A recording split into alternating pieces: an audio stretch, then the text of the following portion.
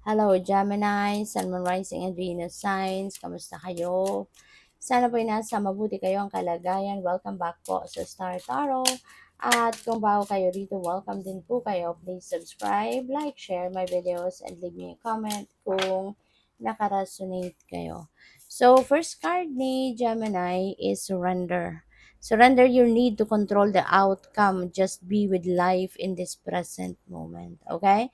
So, it's about time na for you to surrender. It's about time na for you to just lift everything up to the divine. Diba? Lalo-lalo na kung ano man itong, kasi baka ang ginagawa ng iba sa inyo dito, you're taking control of whatever the outcome is na gustong ninyo mangyari.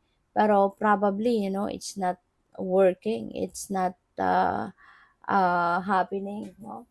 Kaya maaaring marirealize ninyo sa ngayon na tama na to. 'Di ba? It's about time na for me to surrender. 'Di ba? Kaya, yun. So, that's good. Kasi when you are surrendering to the divine, ang nangyayari naman ano yan ang nangyayari naman mas mapapansin mo na everything will be smooth sailing. Mapapansin mo na everything is going to be, it's going to be all right naman, 'di ba? Kasi mas mararamdaman mo na smooth sailing ang lahat.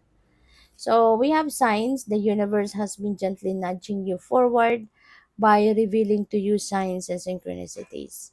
Ayan. So, mayroon na palang nudge, no? May mga intuitive nudges nang pinapadala sa'yo ang universe, and pinapakita nito yung pinapakita dito yung mga signs, mga gabay sa'yo, no, through signs and synchronicities. So make sure that you are paying attention to those signs and synchronicities para nang sa gayon maano kayo. Tawag dito, para nang sa gayon um, magabayan kayo, 'di ba? Kung ano na yung dapat ninyong gawin, what are the things that you need to what are the things that you need to do, 'di ba? So we have truth, see your light, know your power, have the courage to walk your truth. So, yun, know your power. Kasi hindi naman nga pwede, no, na nagsasalita lang tayo, nagsasabi lang tayo na nagsasabi kung ano yung kailangan nating gawin pero hindi naman natin ginagawa. So kailangan we need to walk our truth, 'di ba? Kung ano yung sinasabi natin na kung ano man kailangan papanindigan natin. Kailangan tayo tayo din muna, 'di ba? Yung magpa-practice nun sa buhay natin. So, what else? And by the way, maraming salamat for subscribing. And if you haven't subscribed yet, subscribe na kayo. And also, maraming salamat din for not skipping the ads. Malaking bagay po yan sa akin. And please click the join button sa baba ng video kung gusto po ninyo na mag-join kayo sa membership. Okay? Salamat po.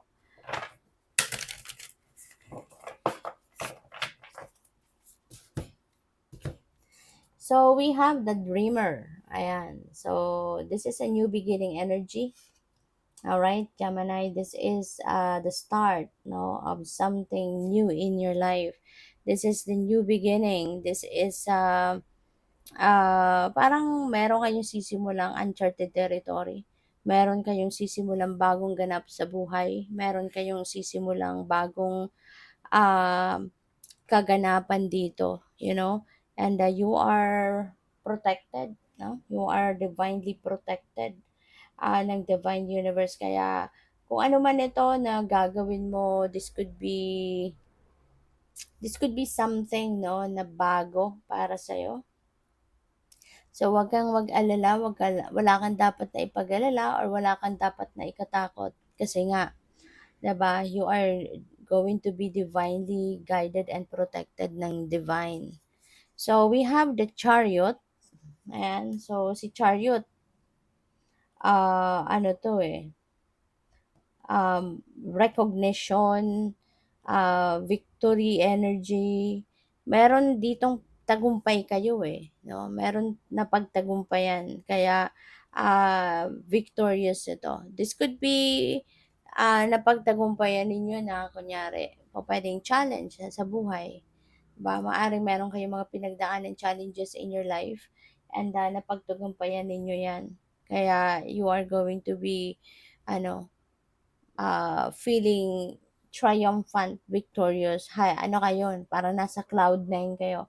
Kasi finally, kung ano man yung hirap na pinagdaanan ninyo rito sa isang sitwasyon, you manage to survive, you manage to solve it. Kaya yun, talagang parang nasa cloud nine kayo. 'Di ba? So, what else? We have the Six of Water. Ayan. So, ang iba sa inyo dito, no, Gemini, pupuwedeng baka nag-e-emote kayo sa ngayon, nagse-senti kayo, maaaring you are missing your loved ones, baka yung mga mahal ninyo sa buhay malayo malayo sa inyo, gano'n. Kaya inaalala mo sila sa ngayon. Maybe you are trying to reminisce, the good things na magkasama kayo or the good things na pinag-anuhan ninyo. Na anong tawag dito, pinagsamahan ninyong lahat, 'no? Maaaring nami-miss mo sila, maaaring nasa malayo ka talaga at nami-miss mo sila, gano'n. So 'yun. Possible din Gemini 'no, na ang iba sa inyo rito ah, pupuwedeng uuwi, maybe you are coming home. Maybe you are coming home and, to be with them. Kasi maaari talaga na matagal ka ng panahon din na nawalay sa kanila. So, pupuwedeng meron ditong magta-travel home. So, we have Three of Air. Maaaring nasaktan ang iba sa inyo rito. You know, you've been hurt by someone, pero pinoprotektahan at, ginagabayan ka ng mga angels mo 'no. Tinutulungan ka na mag-heal, tinutulungan ka na maging magaan ang iyong pakiramdam, tinutulungan ka na magkaroon na kayo ng willingness to forgive, para na tuluyan na kayong makapagsimula ng bagong buhay, para tuluyan na kayong, gumaan na ang inyong pakiramdam 'no, para gano'n. Kaya ang ganap dito sa inyo Gemini, you will be soon healed, 'di ba? So that's really beautiful kasi matagal mo ng panahon, maaaring matagal ng panahon ito, 'di ba? Maaaring matagal ng panahon ito na nangyayari. Kaya you are going to be ano na, 'di ba, moving forward, 'no? Kasi you are so glad, dito na parang siguro ramdam mo din ano, na meron kang mga guardian angels na nandiya-diyan na laging yung parang they are hugging you, they are letting you feel of their spiritual hug kumbaga 'no. Kaya po puwedeng, mas pipiliin mo din ngayon ang love, pipiliin mo ngayon yung forgiveness, 'di ba?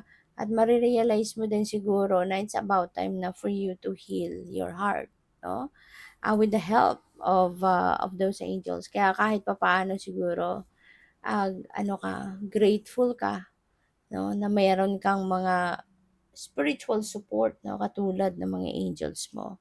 So, good luck. Thank you for watching. Love and light. Namaste.